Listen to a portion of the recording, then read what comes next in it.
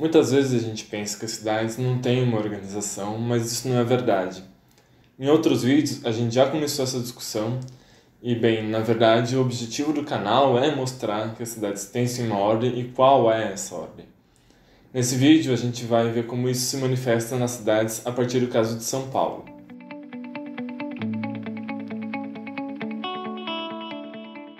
Uma das formas de enxergar essa organização da cidade foi proposta pelo professor Flávio Vilaça no livro Espaço Interurbano no Brasil. Ele imaginou duas linhas que se cruzam na Praça da Sé, dividindo a cidade de norte a sul e leste a oeste, em 4 quadrantes: noroeste, nordeste, sudeste e sudoeste. Nesse último quadrante, o sudoeste, é onde se concentram as oportunidades de emprego, a moradia dos mais ricos, os teatros, os museus, os cinemas, é onde a vulnerabilidade social é menor e a população vive melhor. Vamos ver nos mapas como que isso se manifesta. A fonte desses mapas são a Pesquisa de Origem e Destino de 2017, o GeoSampa e a Prefeitura de São Paulo de uma forma mais geral, e o Censo de 2010. As divisões que aparecem aqui na tela são dos municípios da região metropolitana de São Paulo. E por que que eu estou avaliando a região metropolitana de São Paulo? Porque quando a gente fala de cidade, a gente está falando disso daqui. De uma mancha que ultrapassa os limites das divisões municipais e conforma um espaço único. Apesar de ter diferenças, principalmente de legislação, de uma parte para outra, quando muda o município, mas enquanto o espaço urbano pode-se dizer que é um espaço único, é só uma cidade. Então, toda análise diz respeito, na verdade, à região metropolitana. Alguns dos dados que eu vou mostrar são só sobre o município de São Paulo e, quando for isso, eu vou destacar essa informação. Só para a gente se localizar, então, o município de São Paulo é este que está em vermelho. O centro de São Paulo é esta mancha que apareceu agora na tela. E para a gente entender do que a gente está falando, eu vou deixar as linhas de metrô aqui no mapa. Embora essa última minhoquinha cinza aqui seja um monotrilho e tenha uma capacidade de operação completamente diferente do metrô de fato, eu vou deixar ela aqui só para a gente poder entender onde são os lugares, os bairros aqui em São Paulo. Além dessa divisão por municípios da região metropolitana de São Paulo, a gente pode fazer uma divisão do município de São Paulo especificamente por distritos. Então, alguns dados são referentes a essas divisões. Outras divisões menores são as das zonas da pesquisa de origem e destino. E as informações mais precisas são as dos setores censitários, que é como é feita a divisão para a pesquisa do censo. Como as áreas são menores, quanto menor a área, mais precisa a informação. Então, dando sequência, a primeira informação que eu vou mostrar para vocês é sobre a densidade de população, para a gente ver onde que as pessoas moram em São Paulo. Sempre a legenda do mapa vai aparecer aqui na esquerda, mas de forma geral, quanto mais escuro, maior a densidade de população. Então a gente já pode observar alguns padrões aqui. Então, por exemplo, aqui próximo ao centro de São Paulo, entre o centro e a Avenida Paulista, uma densidade bastante alta, mas essa densidade alta também se repete fora do centro de São Paulo. Então aqui a gente pode ver que quanto mais afastado do centro, também maior a densidade de população, de forma geral. Ao redor do centro, uma densidade mais baixa, principalmente aqui junto do rio Tietê e do rio Pinheiros. Se a gente avaliar a concentração de população por renda, a gente vai chegar nestes mapas aqui. Esse é o mapa de concentração de população com renda até 2 salários mínimos. Isso em valores de 2017, quando foi feita a pesquisa de origem e destino. Então, a gente já consegue observar aqui, quanto mais afastado do centro de São Paulo, maior a concentração de população nessa faixa de renda. Aqui, junto ao centro de São Paulo, entre as linhas amarela e lilás do metrô, uma concentração muito baixa de população dentro dessa faixa de renda, e afastado, essa densidade cresce. Agora, de 2 a 4 salários mínimos, a gente vê que já tem alguma diferença, tem uma concentração de população bastante grande ainda ao redor do centro de São Paulo, afastado do centro de São Paulo, e aqui entre as linhas amarela e lilás uma concentração muito baixa dessa população. Agora, de 4 a 8, a gente já consegue ver que tem uma configuração bastante diversa daquela, né? Já começa a reduzir a concentração dessa população fora do centro, longe do centro, e ela começa a aumentar justamente ao redor do centro de São Paulo. Agora, a população de faixa de renda é entre 8 e 12 salários mínimos.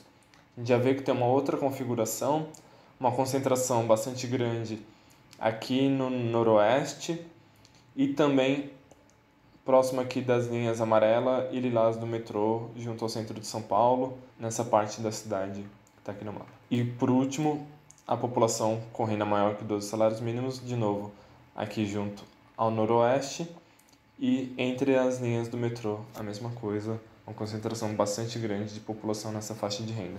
Para a gente poder comparar agora mais claramente, esse é um mapa com população de renda maior de 12 salários mínimos e essa é a população com renda de até 2 salários mínimos. Então, maior que 12, menor que 2. Dá para ver que é bastante diferente essa concentração, né? A população até 2 salários mínimos fora do centro, afastada do centro de São Paulo, e a população com renda maior que 12 nessa direção aqui das linhas amarela e lilás. Já deu para perceber que tem alguma coisa aqui entre essas duas linhas. Não é culpa dessas linhas, elas têm relação com essa concentração, mas não foram elas que causaram. Inclusive, quando esses dados foram elaborados, a linha lilás ainda não existia. Mas a gente já consegue perceber dessas informações que eu já mostrei até aqui que existe alguma coisa nessa parte da cidade. O professor Flávio Vilaça chamou essa área da cidade de setor sudoeste. Qual que é o raciocínio? Ele dividiu a cidade em 4 setores, com 2 linhas que se cruzam na Praça da Sé, no centro de São Paulo, uma de norte a sul, uma de leste a oeste, e divide a cidade em 4 setores, que é o noroeste, nordeste, sudeste e sudoeste. Então, nesse último setor aqui, sudoeste, justamente o que corresponde a essas 2 linhas do metrô, onde a gente vai ter a população de maior renda concentrada e outras coisas que a gente vai ver nos próximos mapas. Eu vou deixar aqui esses eixos para a gente poder verificar essa informação que eu acabei de passar para vocês. Dando sequência, eu vou colocar agora as informações de concentração de população por raça, usando aqui os critérios do censo. As informações são só do município de São Paulo. Eu peço desculpa a vocês que eu não encontrei as informações mapeadas para os outros municípios. Esse é o mapa da concentração de população preta em São Paulo. Vocês já podem ver que aqui, longe do centro, São Paulo é onde tem maior população preta concentrada, e de novo aqui entre as linhas lilás e amarela do metrô, no setor sudoeste, uma concentração bastante baixa. Por outro lado, se a gente colocar a população branca, é basicamente o contrário do último mapa. Uma concentração muito grande aqui no setor sudoeste dessa população. E agora, se a gente colocar os 2 mapas simultaneamente, a gente consegue observar bem essa diferença. Aqui é a população preta e aqui é a população branca. Então dá para ver que é muito marcada essa divisão na cidade, onde há mais concentração de população preta e onde há mais concentração de população branca. Esse outro mapa se refere também ao município de São Paulo, e esses pontinhos verdes que vocês podem ver aqui são as favelas de São Paulo. Nessa área da cidade, uma concentração muito baixa de favelas é praticamente inexistente.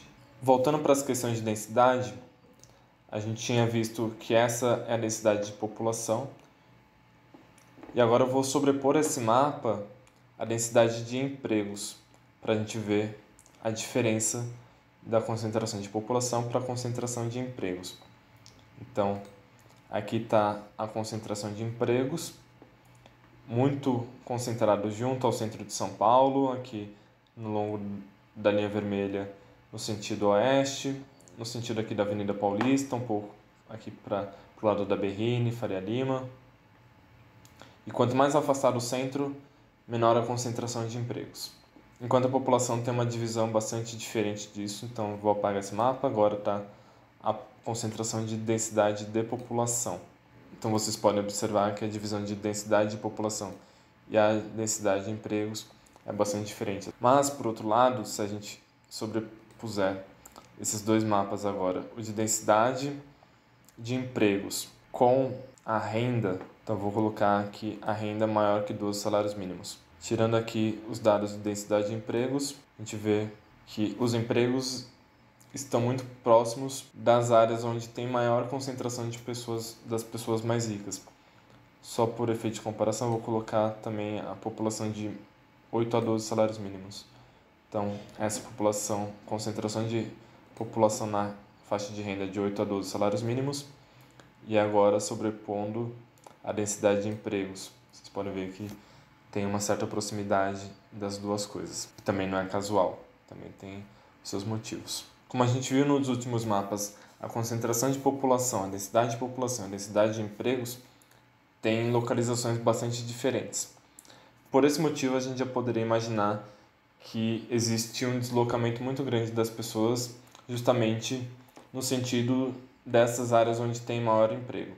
Então, para comprovar isso, esse é o mapa das regiões por viagem atraída, os lugares para onde as pessoas vão. Então, a gente pode ver que aqui é bastante próximo a essa divisão da densidade de empregos. Eu vou sobrepor agora esse mapa, a densidade de empregos, e a gente vai ver que tem uma correspondência bastante grande entre as duas informações. Então, aqui são as viagens atraídas e aqui a densidade de empregos. Então, de novo, viagens atraídas e densidade de empregos. Já que a gente está falando de viagens atraídas, concentração de população e concentração de empregos, eu vou acrescentar a esse mapa as informações do transporte público de média e alta capacidade. Então, os corredores de ônibus, metrô e trem.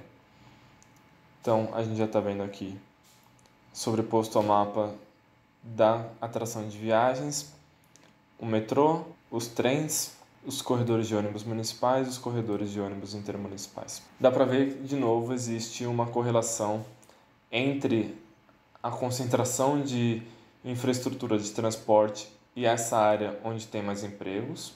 E aí a gente poderia pensar que isso é evidente porque as pessoas têm que chegar ao seu emprego, mas não é simples assim. Isso a gente vai ver ao longo dos vídeos, em outros vídeos também a gente vai avaliar isso. Mas também existe uma correlação entre isso e a população mais rica. Então, por exemplo, aqui eu vou colocar a concentração de população com renda de até 8 salários mínimos. Então, essa população com renda de até 8 salários mínimos está numa região da cidade onde há uma concentração de infraestrutura de transporte bastante grande. Eu apaguei as informações que estavam sobrepostas a esse mapa, deixei só a malha de transporte de São Paulo, de metrô, trem e corredores de ônibus. A gente pode ver que tem uma concentração bastante grande dessa malha aqui próximo ao centro de São Paulo, no sentido sudoeste também. Aqui no sentido oeste tem uma grande sobreposição, mas elas são muito próximas, né? A gente tem linhas de metrô e corredor de ônibus praticamente um em cima do outro. Mas quanto mais afastado do centro, principalmente aqui na direção da zona leste, uma concentração muito mais baixa de infraestrutura de transportes. Eu vou deixar só as informações de corredor de ônibus agora, só para a gente ter uma noção de como são os corredores de ônibus. Para o sentido da zona leste não tem um corredor de ônibus. Eles estão concentrados principalmente aqui no setor sudoeste e lá no setor noroeste também. Agora colocando o metrô, só o metrô, a gente vai ver que segue mais ou menos a mesma lógica, né? Tem a linha 1 azul do metrô que vem aqui no sentido sul, que a gente pode considerar ela dentro do setor sudoeste. E o setor sudoeste, além dessa, tem a linha lilás, a linha verde e a linha amarela. Então tem 3 linhas já nesse setor. E o metrô agora vai começar um plano de mais uma outra linha que vai cortar esse setor. Vai cortar aqui a linha amarela, a linha lilás e vai parar em São Bernardo, Santo André. A malha da CPTM obedece a uma outra lógica, porque toda ela foi projetada muito antes de ser da CPTM para o transporte de cargas. Então a distribuição dela é outra, embora ao longo da história ela tenha servido também ao transporte de passageiros e tenha sido um vetor do crescimento da cidade. Agora a gente vai ver as informações dos equipamentos. Então, por exemplo, os equipamentos de cultura, teatro, cinema. Essa distribuição desses equipamentos em São Paulo, esse dado se refere só ao município de São Paulo, tá? Então, a gente pode ver aqui de novo que junto ao centro de São Paulo, nessa porção da cidade, uma concentração muito grande desses equipamentos, enquanto mais afastado, menor a concentração deles. Só que a gente também pode sobrepor essa informação à concentração de população por renda. Então, aqui a concentração de população de renda de 8 a 12 salários mínimos e aqui a concentração de equipamentos de cultura.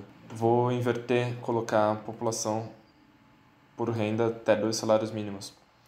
Então a gente pode ver que essa população está afastada dos lugares onde tem a concentração desses equipamentos. A mesma coisa serve para os hospitais. Os hospitais, de novo, concentrados aqui nesse setor em volta do centro de São Paulo, no setor sudoeste principalmente. A população de renda até 2 salários mínimos é a informação que está por baixo.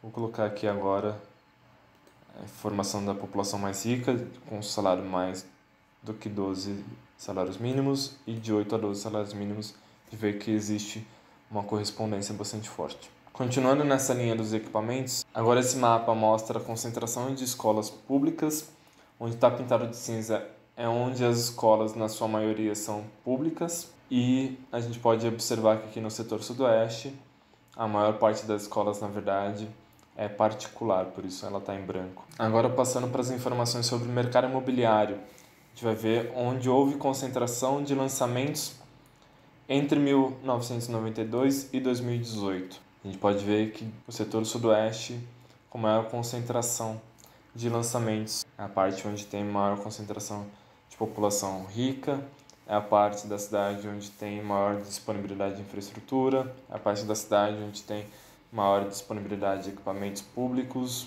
e inclusive privados também, né? Se a gente pensar nos lançamentos comerciais, onde eles estão concentrados, a mesma coisa aqui junto ao setor sudoeste. Esse último mapa é o do Índice Paulista de Vulnerabilidade Social.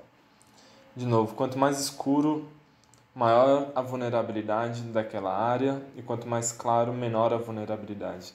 Então a gente pode observar aqui que há manchas mais escuras na borda da cidade, longe do centro de São Paulo, enquanto ele mesmo, o setor sudoeste, uma vulnerabilidade bastante baixa, né? Não por acaso, né? É nessa área da cidade onde a gente tem a concentração de equipamentos, por exemplo, hospitais, concentração de equipamentos de cultura, concentração de museus, é onde mora a população com maior renda, aqui maior de 12 salários mínimos, aqui com 8 a 12 salários mínimos. Então esses mapas mostram que existe uma divisão bastante clara da cidade e que existe essa concentração principalmente aqui no setor sudoeste. Essa divisão da cidade em 4 setores, que foi proposta pelo professor Flávio Vilaça, ela é mais precisa do que outras divisões da cidade, por exemplo, centro e periferia, embora a gente possa entender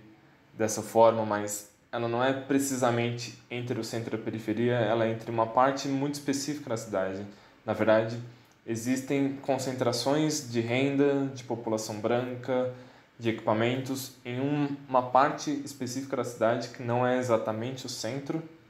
A gente costuma chamar essa região toda como um centro expandido, mas não é isso, né? Ela é mais específica ainda do que isso.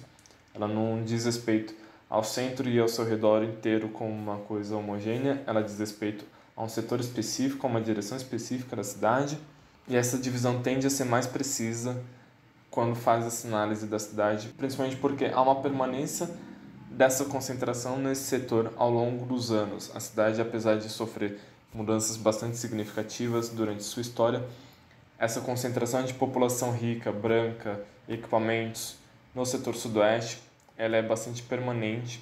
Bem, pessoal, a gente podia ficar aqui muitas horas vendo e sobrepondo esses mapas, mas eu acredito que deu para perceber que existe uma organização nessa cidade, por mais caótica que ela pareça. Então, o problema não é organizar a cidade, planejar a cidade. O problema é exatamente essa ordem que está estabelecida. Por isso que a gente precisa é mudar a ordem, criar uma nova, mais justa e que seja de fato democrática. Isso a gente não consegue fazer sem uma mudança social bastante profunda, de fato. Mas até lá, o nosso papel é aumentar a nossa força nas disputas que produzem a cidade, é fazer o máximo de esforço coletivo que a gente puder fazer para que elas sejam mais democráticas e inclusivas. Isso a gente pode conseguir através das eleições, de fazer parte dos conselhos participativos, das audiências públicas, mas sobretudo da organização política e da luta. Por enquanto era isso. Se inscrevam no canal, acompanhem os vídeos, deixem o seu like aqui, apoiem esse trabalho. Até o próximo!